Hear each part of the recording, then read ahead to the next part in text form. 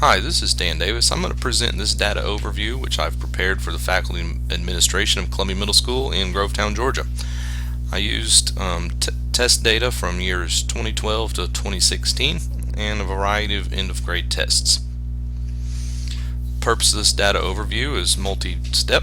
The data overview will serve as a concise summary of student achievement results at Columbia Middle School. The overview will tell a coherent story of student data at CMS, highlighting strengths as well as weaknesses. It will also emphasize a few key areas in which academic improvement is needed most.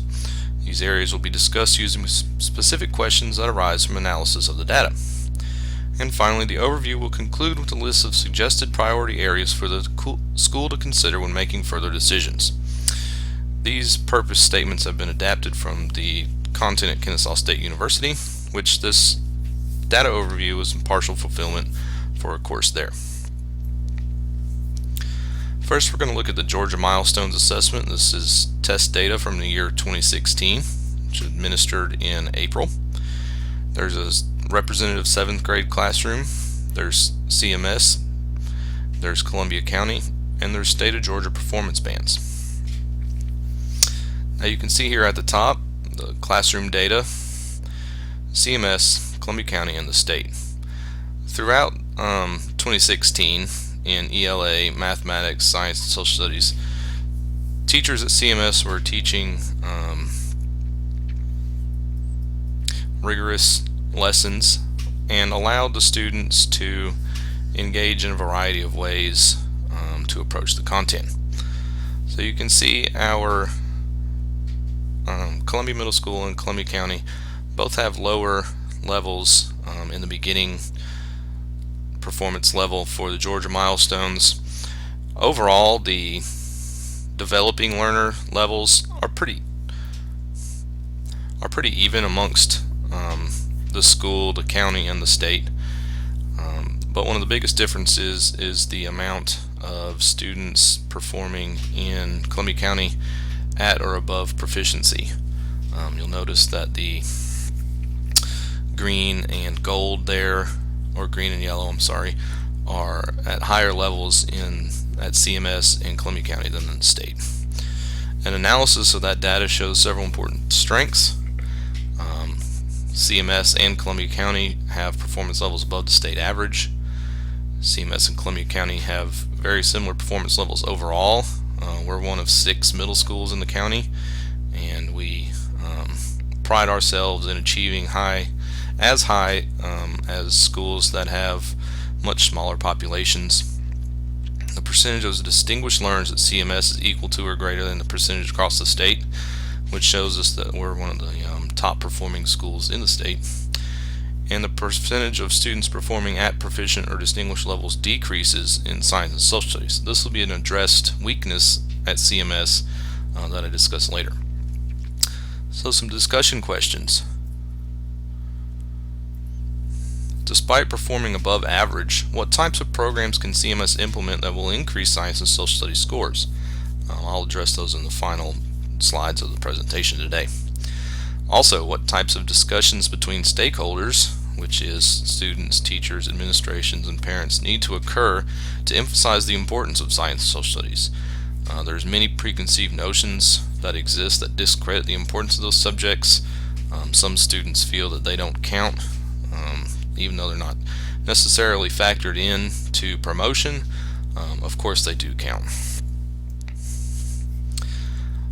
Now let's look at subgroup data by grade level for the Georgia Milestones. This will be the 2 years of the Georgia Milestones assessment, which is years 2015 and 2016. So in ELA, math, science, and social studies, you can see that overall CMS performs at a pretty good level.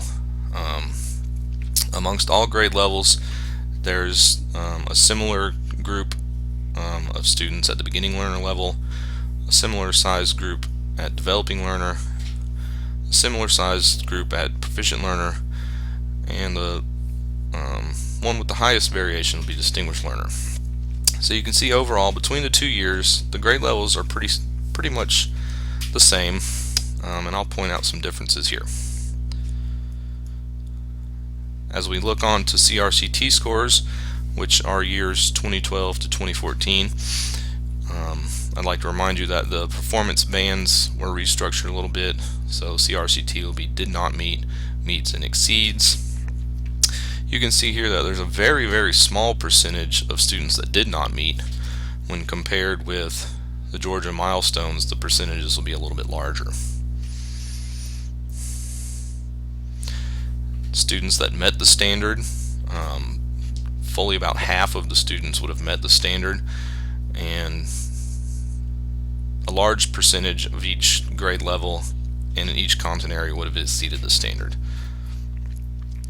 Analysis of these two different end of grade tests, remember there's the CRCT from years 2012 to 2014 and the Georgia milestones in 2015 and 2016. The percentage of students exceeding in all subject areas shows significant decline between the CRCT and Georgia milestones. There's well-known issues with test reliability and validity with the Georgia milestones, which is something that the Georgia Department of Education is currently reviewing. Overall, test years and grade levels, 58% of the students exceeded the standards on the Social Studies CRCT. However, when we convert that group to Georgia milestones, only 13.8% of the students performed at a distinguished level. In the grade level disaggregated data from the CRCT, 7th grade has the lowest percentage of does not meet students, but in the milestones data, 7th grade has the highest percentage of beginning students. So one area that we could analyze if we were able to get the content strands data would be what causes those performance swings. So what happened to have a low percentage of 7th grade students not performing on the CRCT to having a higher percentage performing poorly on the on the Georgia milestones? Okay, if we want to look at some areas of weakness, what changes to the testing or teaching have caused social studies students to begin performing at lower levels? What changes to the testing or teaching have caused the different grade levels to perform similarly on the milestones? And also, the Georgia milestones is administered online. Does that online administration play a role in test scores? Okay, we can drill down into some demographic groups here. So you see that our school average for ELA was approximately 67%, and our demographic groups performed close to there, except our white and our Asian Pacific Islanders, who performed much higher. And that holds true in every category. You'll also notice that Columbia Middle School doesn't have any English language learners or American Indian or Alaskan students. So that might be a group that we need to address if some of those students come in. The biggest thing to notice is that students with disabilities test scores had a mean of 36.4, while the overall school mean was 69.1. So if we take the mean of each group here and the mean of each test content area here, students with disabilities will perform at a 47% lower score than the general education populations. Okay, this would be one of our largest areas of concern. Another area of concern would be that black, multiracial, and Hispanic students perform lower than white students in every category despite their similar population size. Okay, some things to consider among the faculty. Does the faculty need to address cultural differences in these groups to effectively teach these demographic populations? And another thing, if CMS saw an influx of ELL and American Indian students as a result of the growth of Fort Gordon, would the faculty be able to meet the needs of that population? Based on this data, it would be something that we would definitely need to consider when we work on becoming more culturally sensitive. Finally, our CCRPI scores are an overall measure of the school's performance across various categories. Our CCRPI scores are in green for CMS, blue for the county, and the state scores are in yellow. So as you can see, the school and the county perform well above the state average from 2012 to 2015. But you'll do notice that CMS is on a decline. So we've gone down in our CCRPI score while the county has stayed relatively static. So Columbia Middle School's mean of 87% performed 2.7 percentage points higher than the county average in the first years, and 13.5% points higher than the state average. However, the first year of the Georgia Milestones assessment yielded an 8.7% decline in the CCRPI scores at Columbia Middle School, while the county and state averages stayed relatively close to the previous scores. So that leads us to our priority question. What school-based factors led to the significant decline in the CCRPI score at CMS? Here's some suggested priority areas for CMS to consider when making decisions about what types of data to use to drive school decisions. First, did the use of online testing or an unfamiliar test environment in the Georgia Milestones lead to a decline in test scores and student growth? Those test scores play a large role in determining CCRPI. Is the effective and meaningful teaching of science a top priority according to CCRPI Indicator 4? Previous test data that I've shown shows that science is a weak area at CMS. Does the literacy of all students at CMS limit their performance on social studies CCRPI Indicator 5? And finally, is the RTI process identifying all SWD students and therefore allowing CMS to serve the needs of our students? So next, what we need to do is publicly commit to addressing some of these questions as a faculty.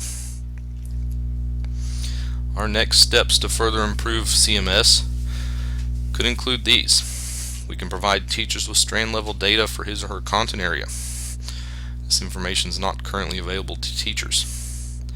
We can improve literacy in all content areas by actively participating in the literacy PLCs. Incorporating technology, especially laptops, into classes and assessments. We can use formative assessments and frequent and meaningful feedback in social studies to improve student achievement. Integrating units from ELA and reading into other content areas, especially science and social studies, can help support those content areas and their instruction. And finally, increasing STEM opportunities, real-life experiences, technology use, and hands-on exploration in all science classes, not just those classes in the STEM blocks. Our references that we used for this was the DataWise book, several websites from the Georgia Department of Education, and the content from Kennesaw State University. Thank you. I hope that we can move forward in our use of data at CMS to improve student achievement and to guide overall instruction. This has been Dan Davis, and I thank you for your time.